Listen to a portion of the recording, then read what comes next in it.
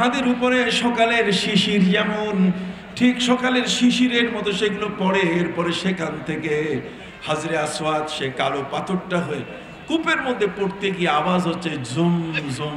এই জন্য নাম হয়েছে কি জমজম। যে জমজম পানি, এটা খেলে পরে খাদ্যের সমস্ত ক্যালোরি তার মধ্যে আছে। এটা পান করলে আর কোনো খাবারের প্রয়োজন হয় না। চোখের দৃষ্টি, মুখের শক্তি, দেহের শক্তি কোনোটাই কমে না। শিফা ও সুকুমিন ও তাআম ও তাউমিন। সেই জমজমের পাশাপাশি আমার নবী বলেন যে আখেরাতে আল্লাহ তাআলা আরেকটা কাউসার তিনি আমাকে দিয়েছেন, যে কাউসারও জান্নাত থেকে সেখানে পানি সাপ্লাই হয়। আমার উম্মতকে যদি একবার আমি পান করাই, তাহলে সেই উম্মত আর কখনো পিপাসিত হবে না। সুবহানাল্লাহ। তাহলে সেই নবী সাল্লাল্লাহু আলাইহি সাল্লামের উপরে ঘুমন্ত অবস্থায় সূরা কাউসার নাজিল হলো। আমার নবী এই জন্য ঘুমিয়ে পড়লে নবী বলেন তানামু আইনায়া ওয়ালা ইয়ানামু কলবি। পৃথিবীর মানুষ শুনে নাও, আমি রাসূলের চক্ষু ঘুমায় কিন্তু আমার কলব ঘুমায় না। সুবহানাল্লাহ বলেন। আমার চক্ষু ঘুমায় কিন্তু কি ঘুমায় না? কলব ঘুমায় না। আমার কলবটা জাগ্রত থাকে। অতএব ঘুমন্ত অবস্থায়ও কোরআনের আয়াত আমার উপরে নাজিল হয়। সুবহানাল্লাহ বলেন। প্রিয় নবী সাল্লাল্লাহু আলাইহি ওয়াসাল্লাম হযরত আলী রাদিয়াল্লাহু তাআলা আনহুর রানের উপরে, উরুর উপরে মাথা রেখে তিনি ঘুমিয়ে পড়েছিলেন। হযরত আলী রাদিয়াল্লাহু তাআলা আনহু তিনি দেখলেন যে নবী ঘুমিয়ে পড়েছেন। ওদিকে আসরের ওয়াক্ত আস্তে আস্তে চলে যায়, সূর্য ডুবে যাচ্ছে। হযরত আলী রাদিয়াল্লাহু তাআলা অস্থির হয়ে গেলেন যে নবীকে ডাকা যাবে না, যেহেতু নবী ঘুমিয়ে পড়লে সেই নবীর ঘুমন্ত অবস্থায় ওহী আসে। নবীর শান এত বড়, আপনারা দেখবেন মুসা নবীর তার উপরে যখন আল্লাহ তাআলা ওহী দেন, তখন তুর পাহাড় ছাড়া মুসা নবীকে অন্য কোথাও তিনি দেন নাই কিছু। পাহাড় পাহাড় হযরতে নবী নূহ আলাইহিস সালাম তিনিও সেই জাবালে, যে পাহাড়ের মধ্যে, যেই জুতি পাহাড়ের মধ্যে তিনি অবস্থান করেছিলেন। অন্যান্য নবীদেরকে আল্লাহ নির্ধারিত স্থানে তিনি ওহী দিয়েছেন, আর আমার নবী হলেন জীবন্ত ওহী। তিনি পৃথিবীর যেখানে যেতেন সেখানে ওহী নাজিল হতো। সুবহানাল্লাহ বলেন। তিনি মদিনায় গেছেন, ওহী নাজিল হয়েছে। তিনি মক্কায় ছিলেন, ওহী নাজিল হয়েছে।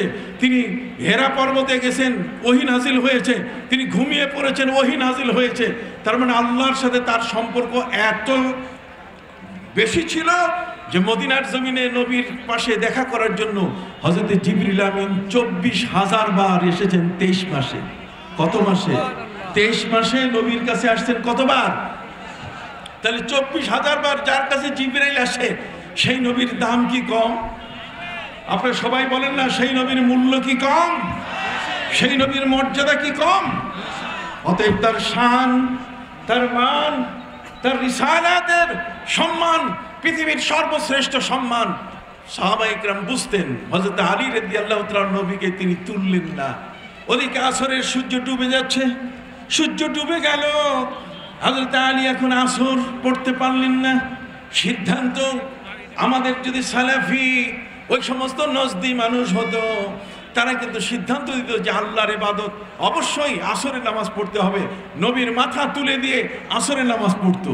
কিন্তু হযরত আলী রাদিয়াল্লাহু তাআলা ছিলেন এমনই নবী প্রেমিক, তিনি শরীয়তের সব মাত্রা ঠিক রেখে, নবীর মর্যাদা শানকে বহাল রেখে তিনি মনে করেছেন যে আমি যদিও আসরের নামাজ পড়তে পারলাম না, নবী আমার রানে ঘুমানো অবস্থায় নবীকে ডাকা জায়েজ নাই। আমার আসর পড়া হলো না, কিন্তু আমার বিশ্বাস যদি আসর সম্পর্কে আমাকে আসামি করা হয় কিয়ামতের ময়দানে যে তুমি আসরের সময় মতো আসর পড়তে পারো নাই, তাহলে আমার নবী সুপারিশ করে আমাকে রক্ষা করবেন। সুবহানাল্লাহ।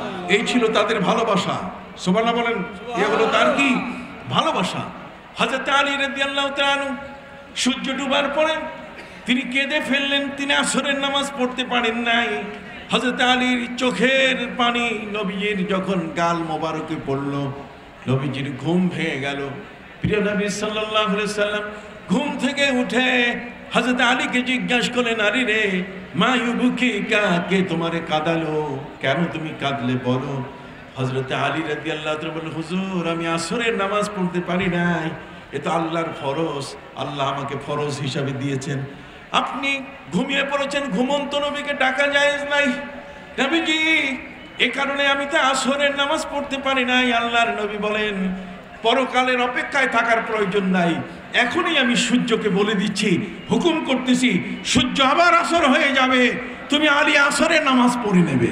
সুবহানাল্লাহ। এই জন্য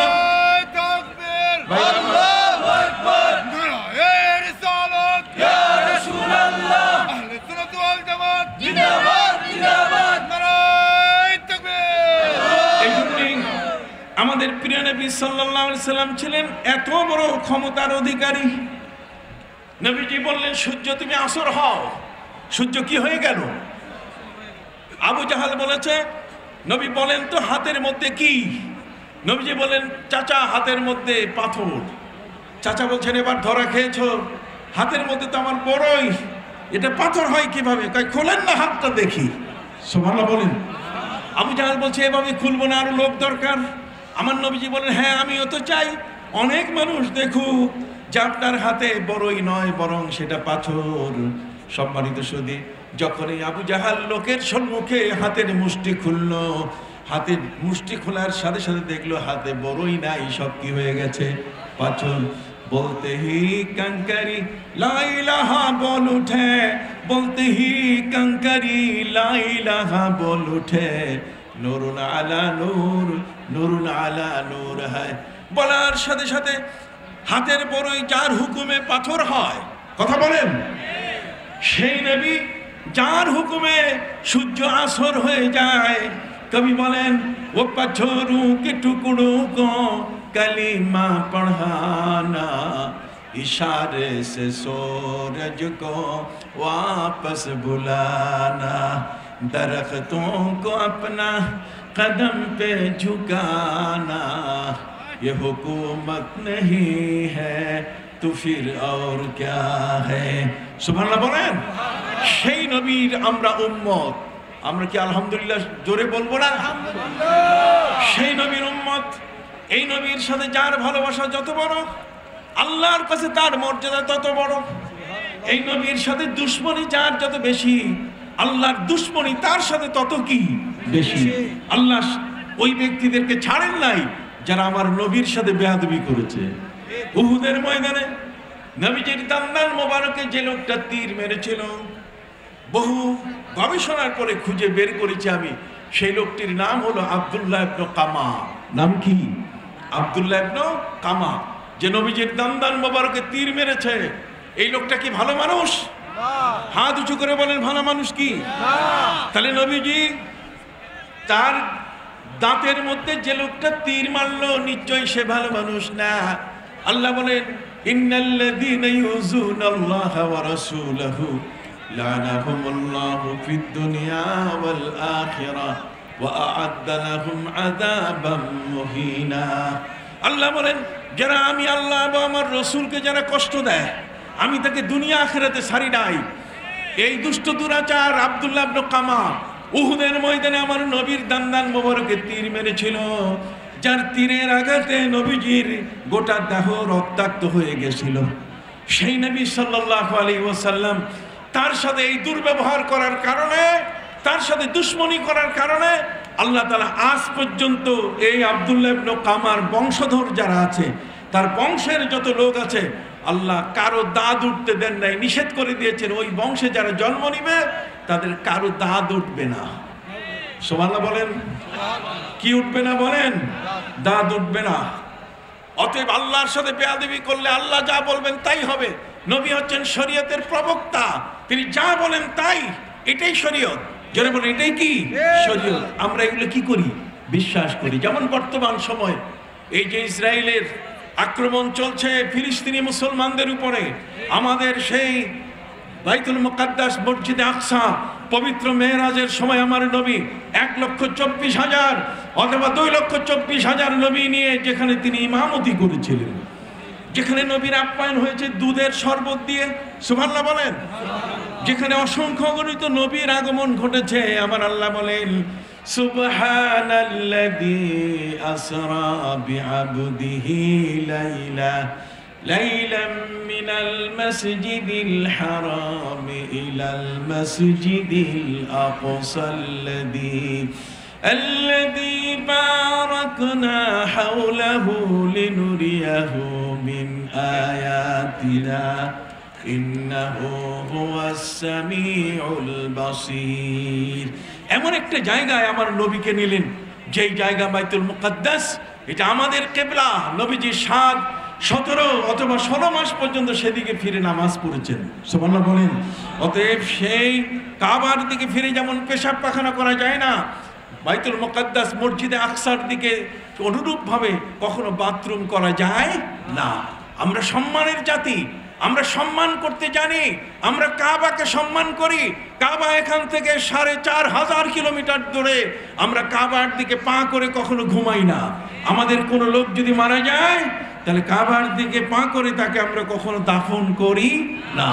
নবীজি বলেছেন, মান তাফালা ইলাল কাবা, যদি কোনো ব্যক্তি কাবার দিকে থুতু দেয়, থুতু মারে, একজন ব্যক্তি খাবার খেয়ে কুলি করলো, কাবার দিকে ফিরে কুলি থু মারলো অথবা থু দিল, নবী করিম সাল্লাল্লাহু আলাইহি ওয়াসাল্লাম বলছেন, সে যেখানেই পৃথিবীতে থাকুক না কেন, কাবার দিকে ফিরে যদি সে থু মারে, তাহলে ওই ব্যক্তি কিয়ামতের ময়দানে তার মুখটা গোশত শূন্য হয়ে উঠবে।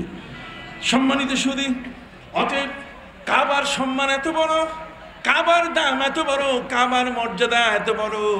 4500 কিলোমিটার দূরে সেই কাবা, অথচ এই কাবা কেবলা হলো আমার নবীর কারণে।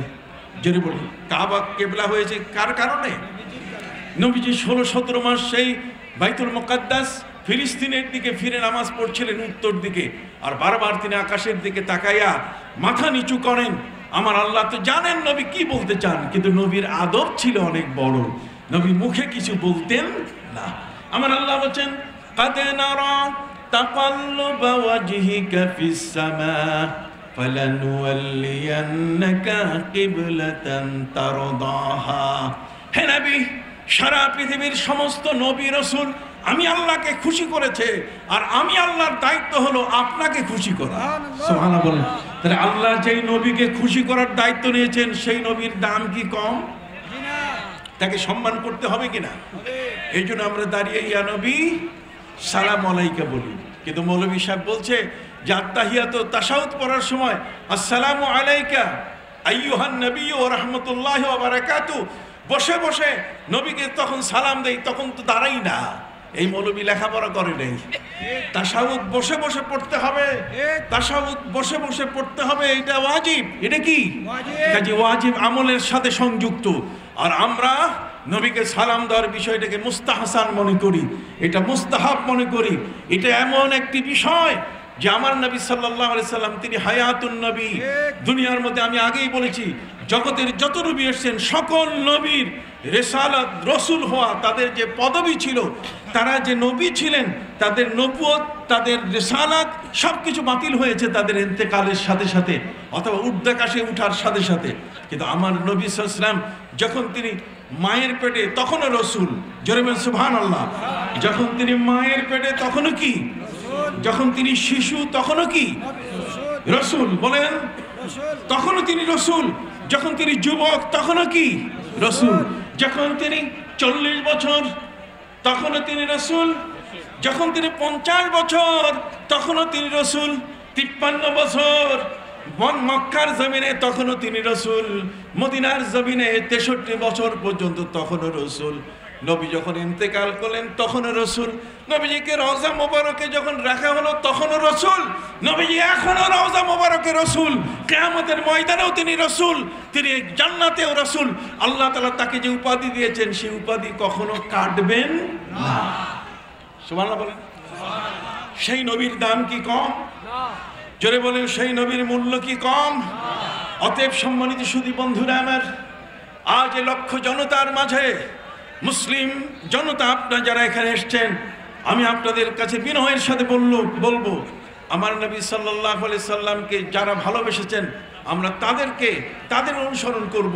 আতিউল্লাহ ওয়া আতিউর রাসূল ওয়া উলিল আমরে মিনকুম। তোমরা আল্লাহকে মানো, রাসূলকে মানো, এবং তোমাদের পীর মাশায়েখ ওলিয়া উলিয়া যারা আছে তাদেরকে তোমরা মানো। অতএব আমাদের দেশে, এই বাংলাদেশে আল্লাহর ওলিরা ইসলাম নিয়ে এসেছেন। জোরে বলেন। সুদূর ইয়েমেন থেকে হযরত শাহজালাল ইয়েমেনি তিনি এখানে এসেছেন। এই সমস্ত ওলিয়া উলিয়াদেরকে আজকে একদল ব্যঙ্গ করছে, ওলিদেরকে বলছে সে ওলিরা এরা নাকি মুশরিক। আমাদের ওলিদেরকে, আউলিয়া ইকরামকে তারা আল্লাহর দুশমন বলছে, কথা বলেন। এই সমস্ত ব্যক্তি যারা, তাদের বক্তব্য আজকে আমাদেরকে নানাভাবে আহত করছে। তারা বলছে শাহজালাল ইয়েমেনি রহমতুল্লাহ আলাই সুরমা নদীর পাড়ি দিতে গিয়ে একটা জায়নামাজের উপরে ৩৬০ জন লোককে, ৩৬০ জন ভক্তকে দাঁড় করাইয়া নদী পার হয়েছেন। কয়টা মিথ্যা কথা, এটা মানা যাবে না। জোরে বলুন নাউজুবিল্লাহ, জোরে বলুন নাউজুবিল্লাহ। এটা কি আল্লাহর পক্ষে অসম্ভব যে তার ওলিকে তিনি সাহায্য করতে পারেন কিনা? হযরত ইমাম শাফি রহমতুল্লাহ আলাইহি কতগুলো নাস্তিক ইমাম শাফির কাছে এসে বলল, ইমাম শাফি আল্লাহ বলতে গেলে কিছু নাই। ইমাম শাফি আপনি বলেন আল্লাহ আছে, প্রমাণ আছে কিনা? ইমাম শাফি বলেন প্রমাণ আছে। তাহলে আগামীকাল চলো তোমাদের সাথে আমার তর্ক হবে। আমি যেখানে নিয়ে যাব, যেই মাঠে, যেই ময়দানে, যেই জায়গায় নিয়ে যাব, তোমরা সেখানে আমার সাথে বাহাস করবে। বাহাস বুঝেন তো? আমার সাথে তর্ক করবে, বিতর্ক অনুষ্ঠান হবে আমি যেখানে নিয়ে যাব। নাস্তিকরা গাড়ি ভরা পুস্তক নিয়ে ইমাম শাফির সাথে রওনা হয়ে গেল। ইমাম শাফিকে বলছে কোথায় নিয়ে যাবেন? থানায়, বিশাল খেলার মাঠে। কয় না, আসো। নিতে নিতে তিনি একটা বিশাল সমুদ্রের পাশে নিলেন, দরিয়ার পাশে নিয়ে। ইমাম শাফি রহমতুল্লাহের হাতে ছিল একটা জায়নামাজ। কি ছিল? আবার বলেন কি ছিল? জায়নামাজ তিনি বিছায় দিলেন। পানির উপরে জায়নামাজ বিছাই দিয়ে ইমাম শাফি রহমতুল্লাহ আলাইহি জায়নামাজের উপরে দাঁড়াইয়া এবার তিনি জায়নামাজকে হুকুম করলেন, রে জায়নামাজ আমাকে নিয়ে চলো। জায়নামাজ নদীর মাঝখানে, দরিয়ার মাঝখানে নিয়ে গেল। দরিয়ার মাঝখানে তিনি যাওয়ার পরে নাস্তিকদেরকে ডাকা শুরু করলেন, আসো এই জায়গায় বহস হবে। সুবহানাল্লাহ বলেন। ইমাম শাফি রহমতুল্লাহ আলাইহি তিনি জায়নামাজে দাঁড়িয়ে, পানির উপরে জায়নামাজ বিছাই দিয়ে তার উপরে দাঁড়িয়ে তিনি নদীর মাঝখানে চলে গেছিলেন। ইমাম শাফি এর ইতিহাস পূর্বে সারা পৃথিবীর মানুষ জানে। সম্মানিত শুধু তাই নয়, এই বাংলার জমিনের মধ্যে আরেকজন মহান ওলি এসেছেন, যিনি বগুড়ার জমিনে শুয়ে আছেন, শাহ সুলতান মাহমুদ বলখি রহমতুল্লাহ আলাইহি ইরানের বাল্ক থেকে এসেছেন। তিনি মাছের পিঠে সোয়ার হয়ে এই বাংলার জমিনে এসেছেন। তিনি মাহি সোয়ার, মাছের পিঠে সোয়ার হয়ে এই বাংলার জমিনে যিনি এলেন। পরশুরামের সেই দেশে আসার পরে একজন মুসলমান গরু জবাই করেছিল। কাকে? গরুর গোশত রাজমহলে, অন্দরমহলে ফেলে দেওয়ার কারণে এই লোকগুলোকে মেরে ফেলা হয়। বরফির আব্দুল কাদের জিলানী রহমতুল্লাহ আলাইহি তিনি সেখান থেকে পাঠিয়ে দিয়েছিলেন, যাও তুমি যাও, শাহ সুলতান মাহমুদ বলখি ওই যে দুষ্ট দুরাচার মুসলমানকে মেরেছে তার প্রতিশোধ নিতে যাও। উনি এখানে আসার পরে আল্লাহওয়ালাদের চেহারা এত সুন্দর। সুবহানাল্লাহ বলেন। কি সাহেব কাবলা সুন্দর ছিলেন কিনা? সারসিনার সাহেবকে আপনারা দেখেন নাই? আমি দেখেছি। সম্মানিত শুধু আল্লাহর ওলিরা, তারা দেখতেই ভিন্ন, তাদের চাহনি ভিন্ন। তারা যদি কারো উপরে দৃষ্টি দেয়, খাকে গিরাত যার সওয়াত, যদি মাটির উপরে তারা দৃষ্টি দেন তাহলে মাটি সোনায় পরিণত হয়ে যায়, স্বর্ণে পরিণত হয়ে যায়। সুবহানাল্লাহ। অতএব সেই মহান ওলি হযরত শাহজালাল ইয়েমেনি রহমতুল্লাহ আলাইহির কথা আপনাদের কাছে বলছি। হযরত শাহ সুলতান মাহমুদ বলখি পরশুরাম সেই হিন্দু রাজার বাড়ির সামনে এসে উপস্থিত হলেন। তিনি তাকে বললেন, শোনো, তুমি একটা গরুর গোশতের কারণে একজন মুসলমানকে তুমি হত্যা করেছ, তুমি অন্যায় করেছ, অতএব তোমার সাথে আমি যুদ্ধ ঘোষণা করলাম। পরশুরাম ভয়ে ভীত হয়ে গেল। পরশুরাম বলে উঠল, আমি আপনার সকল শর্ত মেনে নিব, আমি আত্মসমর্পণ করলাম এই অর্থে যে আমি যুদ্ধ করব না, আপনি যা চান তাই দিয়ে দিব। উনি বললেন, তাহলে আমাকে একটা জায়নামাজ বিছাবার জায়গা দাও। কিসের জায়গা? সবাই বলেন, জায়নামাজ বিছাবার জায়গা দিয়ে দাও। উনি বললেন যে ঠিক আছে, জায়নামাজ যতটুকু ততটুকু আমার। কাহা? জায়নামাজ বিছাবার সাথে সাথে জায়নামাজ চ্যাপ্টা হওয়া শুরু করলো। জায়নামাজ লম্বা হইতে হইতে পুরা পরশুরামের দেশ দখল করে ফেলছে। সুবহানাল্লাহ। তাহলে জায়নামাজ নিয়ে তোমরা তিরস্কার করো। হযরত শাহজালাল ইয়েমেনি রহমতুল্লাহ আলাইহি সুরমা নদী তিনি পাড়ি দিয়েছিলেন জায়নামাজে দাঁড়িয়ে। তার সাথে ৩৬০ জন শাগরেদ, ওরা বিশ্বাস করে না। অথচ পবিত্র কোরআনে হযরত নবী সুলাইমানের যুগে বিলকিস রানী ২৫০০ মাইল দূর থেকে যখন হযরত নবী সুলাইমানের বাড়ির সামনে, তার সিংহাসনের সামনে এসে গেল, নবী সুলাইমান আলাইহিস সালাম তিনি সভাসদকে বললেন তার সেই সবার সদস্যদের বললেন, তোমরা কে পারো? বিলকিস রানী এসে গেছে, মাত্র 1 মিনিটের সময়।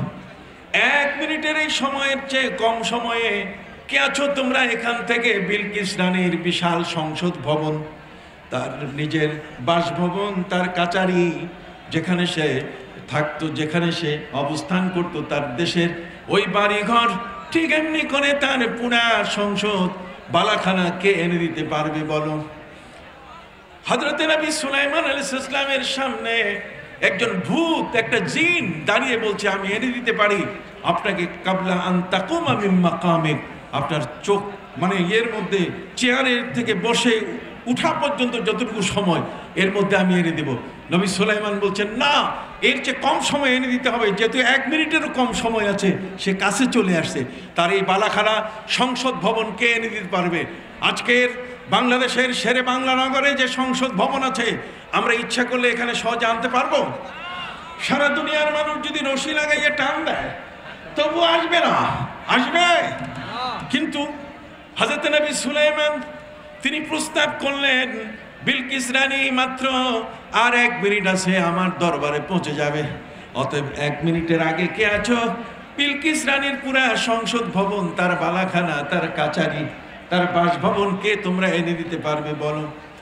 ভূত বলছে, জিন দাও। সে বলছে, আমি এনে দিতে পারি, কাবলা আন তাকুমা মিন মাকামিক, চেয়ার থেকে বসতে উঠতে যতটুকু সময় লাগবে। নবী সুলাইমান বলছেন, তার চেয়ে কম সময় কে এনে দিতে পারবে? কোরআন বলছে, ক্বালাল্লাযী ইনদাহু ইলমুল মিনাল কিতাব। হযরতে নবী সুলাইমানের পাশে একজন দরবেশ বসা ছিলেন, আল্লাহর ওলি বসা ছিলেন। সে আল্লাহর ওলি, তিনি বললেন, আনা আতিকা বিহি ক্বাবলা আন ইয়ারতাদ্দা ইলাইকা তারফুক। নবী সুলাইমান চোখের পলক মারতে যতটুকু সময় লাগবে, তার আগে আমি বিলকিস রানীর সেই সিংহাসন, বালাখানা, তার কাছারি, বাসভবন এনে দিতে পারবো। সুবহানাল্লাহ বলেন। তাহলে দরবেশ আল্লাহর ওলি যদি 2500 মাইল দূর থেকে বিশাল সংসদ বালাখানা, 2500 মাইল দূর থেকে যদি তার বাসভবন এনে দিতে পারে, তাহলে হযরতে শাহজালাল ইয়ামানি রাহমাতুল্লাহি আলাইহি সুরমা নদী পাড়ি দিতে তার একটা জায়নামাজের মধ্যে 360 জনকে তিনি দাঁড় করাতে পারেন কিনা? হাত উঁচু করে বলেন, পারেন কিনা? দলিল দিয়ে যাচ্ছি। মিলাদ মানে না। শেষ পর্যন্ত আজকের প্রায় পৃথিবীতে 57টি মুসলিম রাষ্ট্র, তার মধ্যে 45টি মুসলিম রাষ্ট্র এবার ঈদে মিলাদুন্নবী ঘোষণা করেছে।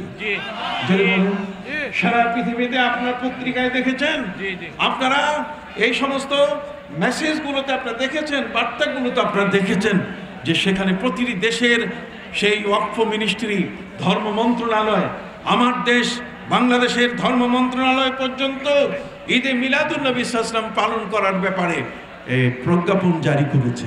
সুবহানাল্লাহ বলেন। তো কাজে যারা আজকে আমাদের দেশ থেকে মিলাদকে তুলে দিতে চায়, যারা আজকে আমাদের দেশ থেকে নবীর ভালোবাসায়, তার সম্মানে দাঁড়িয়ে ইয়া নবী সালাম আলাইকা বলতে চাই, এটা যারা শেষ করতে চায়, তারা আল্লাহর ওলিদের দুশমন কিনা? হাত উঁচু করে বলেন, তারা আল্লাহর ওলিদের দুশমন কিনা? সম্মানিত অতএব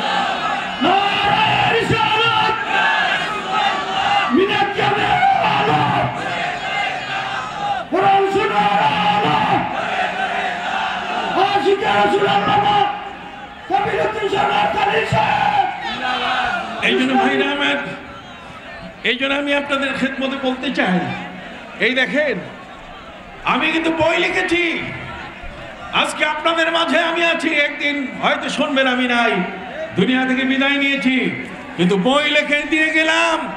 আশেকে রাসূলের চোখে মিলাদ ও কিয়াম, দরুদ ও সালাম, 650 পৃষ্ঠার বই লিখে দিয়েছি। সম্মানিত, শুধু শুধু তাই নয়, এই সমস্ত সালাফি যারা 20 টাকার তারাবিকে 8 টাকাত বানায়, কথা বুঝেন নাই, যারা বুকে হাত বান্ধা লেডিস মার্কা নামাজ শিখায়, আছে কিনা? আমাদের মধ্যে কিছু এরকম মানুষ আছে, সালাফিরা আছে কিনা? ওই সমস্ত লামসাবিরা যারা আমাদেরকে লেডিস মার্কা নামাজ শোনায়, কথা বুঝেন নাই? এই লেডিস মার্কা নামাজ, এটা মেয়েদের নামাজ। মেয়েদের নামাজ কোনোদিন আমরা পুরুষরা পড়তে পারি না। এই জন্য বন্ধুরা আমার বিনয়ের সাথে বলতে চাই, এই জন্য বই লিখেছি আমি, হক বাতিলের লড়াই। কাজে প্রিয় নবী সাল্লাল্লাহু আলাইহি সাল্লামের ভালোবাসায় আমরা আমাদের জীবনকে উৎসর্গিত করতে চাই।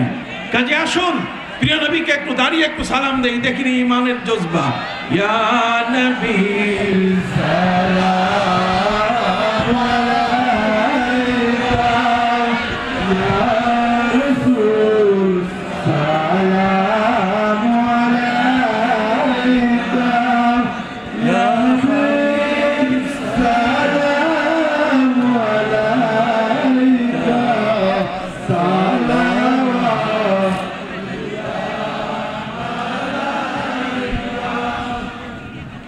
طلع البدر علينا من ثنيات الوداع وجب الشكر علينا ما دعا لله داعي يا نبي سلام يا رسول سلام عليك يا حبيب سلام عليك صلوات الله عليك سيدي يا رسول الله ويا حبيب الله أنت شمس أنت بدر أنت نور فوق نوري أنت إكسير وضالي أنت مصباح الصدور يا نبي سلام عليك يا رسول سلام عليك يا حبيب سلام عليك صلوات الله عليك يا رب صل وسلم دائما أبدا على نبيك خير الخلق كلهم بجائے رب میرے درود و سلام برگزیدہ نبی پر اپنے مدام بلغ العلا بکمالہ کشف الدجا بجمالہ حسنت جمیع خصالہ صلوا علیہ وآلہ। শুনুন সবাই একটু নীরবতা পালন করেন, শুনুন। এতগুলো মানুষ আজকে আমরা একত্রিত হয়েছে এই আউশকান্দির এই জমিনে। সম্মানিত সুধী, কারা কারা আপনারা বসেন, যারা এখানে দেখতে পাচ্ছে না যাদের কারণে আপনারা দয়া করে একটু বসে যান, আপনারা দয়া করে বসে যান। সম্মানিত সুধী, মাত্র ৬০,০০০ মানুষের বসার জায়গা, সেখানে লক্ষ মানুষ উপস্থিত হয়েছেন, বলেন আলহামদুলিল্লাহ। যা হোক, আমি আপনাদের কাছে যেটা বলতেছিলাম, আল্লাহর ওলিরা আমাদেরকে নবী প্রেম শিখিয়েছেন, ঠিক কি না? আল্লাহর ওলিরা আমাদেরকে কি শিখাইছেন? নবী প্রেম। অতএব তাদের সাথে পৃথিবীর কেউ চ্যালেঞ্জ করে পারে নাই। শাহজালাল ইয়েমেনি নদীর মাঝখানে ৩৬০ জনকে সাথে নিয়ে তিনি যে হুঙ্কার দিয়েছিলেন, স্লোগান দিয়েছেন, এই স্লোগানটার নাম কি? সিলেট, জোরে বলেন নাম কি? শিল হাট। শিল হাট, শিল মানে পাথর আর হাট মানে সরো, পাথর সরে যাও। রাজা গোবিন্দরাজ নদীর ওপারে পাথরগুলো সাজিয়ে রেখেছিল, যদি কেউ পার হয় তাহলে অগুছালোভাবে পাথর মাথায় এসে পড়ে যাবে, মানুষ মারা যাবে। কিন্তু আল্লাহর ওলির হুঙ্কারে সেই পাথরগুলো পালিয়ে যাওয়া শুরু করলো। জোরে বলেন সুবহানাল্লাহ। আপনারা কিন্তু সেই এলাকার মানুষ, আল্লাহ আপনাদেরকে এত বড় মর্যাদা দিয়েছেন। এই ৩৬০ জন ওলি যেই জমিনের মধ্যে হাঁটাচলা করেছেন, সেই হাঁটাচলার জমিনের মধ্যেই তাদের ধুলিকণা, তাদের বালুকণা আপনাদের গায়ে মেশানো আছে। কি বলেন, আছে কিনা? এই জন্য সিলেটের মানুষ আল্লাহর ওলির ভক্ত সবচেয়ে বেশি। আর বাংলার জমিনে এই ওলিরাই টিকি থেকে টুপি পরার ব্যবস্থা করেছেন। কথা বলেন, এই বাংলাদেশে সর্বপ্রথম আজান হয়েছে এই সিলেটের জমিনে। বাংলাদেশে প্রায় 4.5 লক্ষ মসজিদ। জোরে বলেন, কত মসজিদ? আমাদের ইসলামিক ফাউন্ডেশনের হিসাবে এই যাবত 3,88,000 মসজিদের হিসাব আসছে, কিন্তু সর্বমোট মসজিদের হিসাব প্রায় 4.5 লক্ষের উপরে। 4.5 লক্ষ মসজিদে একসাথে আজান হয় বাংলার মাটিতে। আপনাকে যদি প্রশ্ন করা হয় যে সর্বপ্রথম আজান হয়েছে কোন মাটিতে, তাহলে সেই মাটিটা হবে কি? সিলেট। জোরে বলেন, কোথায়? সিলেট। সিলেটের কোন জায়গা? সিলেটের জৈন্তা। কথা বলেন, সিলেটের কোথায়? জৈন্তায়। সেই জৈন্তায় সেখানে আল্লাহর ওলি, সেখানে সুফি ফতেহা তিনি আজান দিয়েছিলেন সর্বপ্রথম। জৈন্তা রাজার সেই বাড়িতে যখন তিনি ক্ষমতায় এলেন, তখন সর্বপ্রথম বাংলার জমিনে মসজিদ তৈরি হয়েছে এই সিলেটের জৈন্তা রাজার বাড়িতে। সুবহানাল্লাহ বলেন। আজও সেখানে সুফি ফতেহা নামে মসজিদ আছে। তাহলে বাংলার জমিনে যেখানে যেখানে আজকের আমরা দেখতে পাচ্ছি, সব জায়গায় কিন্তু এই সুন্নিয়াতের একটি গোড়াপত্তন হয়ে আল্লাহর ওলিরা আমাদেরকে ওই পথে রেখেছিলেন। কিন্তু দুর্ভাগ্যজনক যে আমাদের মাঝে পৃথিবীতে এই ধরনের কিছু লোক সালাফি ওয়াহাবিরা এসে এসে আমাদের সুন্নিয়তকে ধ্বংস করতে চায়। আমরা এটা কখনো মেনে নেব না, আমরা কখনো এটা মেনে নেব না। আপনাদের মাঝে আমাদের জনাব গিয়াসউদ্দিন তাহিরি সাহেব, তিনি এসে যাচ্ছেন, তিনি এখনই এসে যাবেন। আমার পরে তার বক্তব্য রাখার কথা, তিনি আপনাদের সামনে বক্তব্য রাখবেন। এই জন্য আমি আপনাদের খেদমতে বিনয়ের সাথে আরজ করতে চাই, সম্মানিত সুধী, আল্লাহ যেন আমাদের সবাইকে কবুল করেন। সকল বলে আমিন, আল্লাহুম্মা আমিন। রব্বানা যালামনা আনফুসানা ওয়া ইল্লাম তাগফির লানা ওয়া তারহামনা লানাকুনান্না মিনাল খাসিরিন। রব্বানা لا تزغ قلوبنا بعد إذ هديتنا وهب لنا من لدنك رحمة ربنا إنك رؤوف رحيم رب العالمين মেহেরবানি করে আপনার শাহী দরবারে ফরিয়াদ, আয় আল্লাহ আজকের এই মাহফিলকে আপনি কবুল করে নেন। আয় আল্লাহ পাক, আজকের এই জমিনে যে কনফারেন্সটি আমার সেই সিএনজি শ্রমিক সমবায় সমিতির ভাইরা তারা একদিনের সব উপার্জন দিয়ে আয় আল্লাহ এই মাহফিলটিকে তারা সফল করলেন। রব্বুল আলামিন দয়া করে আপনি কবুল ও মঞ্জুর করে নেন। এর হাদিয়াগুলো নবীজির রওজা মুবারাকায় বকশিশ করে দেন। আম্বিয়া মুরসালিন তাদের রূহের হাদিয়া বকশিশ করে দেন।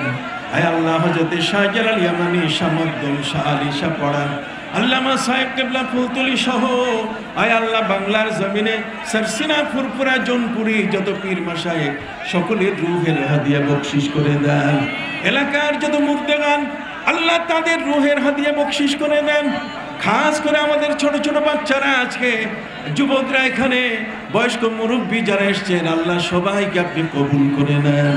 রব্বুল আলামিন সুন্নিয়তের উপরে নবী প্রেমিক হয়ে সবাইকে বেঁচে থাকার তৌফিক দান করুন। আয় আল্লাহ এখানের যত সন্তান, যে সমস্ত মানুষ আমেরিকা, ইউরোপ, ইংল্যান্ড সহ পৃথিবীর যেখানে যেখানে আছেন, আল্লাহ সবাইকে আপনি সুস্থ রাখুন, ভালো রাখুন। অসুস্থ রোগীদেরকে আল্লাহ আপনি শিফা দান করুন। সব ধরনের বালা মুসিবত থেকে আল্লাহ আমাদেরকে আপনি হেফাজত করুন। এই মাহফিলটিকে কিয়ামত পর্যন্ত কবুল করে নেন।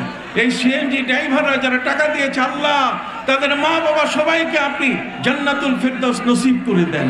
আজকের এই মাহফিলে যারা বসে আছেন এই মঞ্চে সামনে কষ্ট স্বীকার করে, আল্লাহ তাদের সবাইকে কবুল করে নেন। সবাইকে নামাজি, রোজাদার, দিনদার, পরহেজগার বানায় দেন। আল্লাহুম্মা বারিক লানা ফি রাজব ওয়া শাবান ওয়া বাল্লিগনা রমাদান। মাহে রমাদানের রোজা আল্লাহ আমাদের কপালে নসিব করে দেন, লাইলাতুল কদর নসিব করে দেন। সুবহান রাব্বিকা রাব্বিল ইজ্জাতি আম্মা ইয়াসিফুন ওয়া সালামুন আলাল মুরসালিন والحمد لله رب العالمين بحرمة لا إله إلا الله محمد رسول الله. السلام عليكم ورحمة الله وبركاته.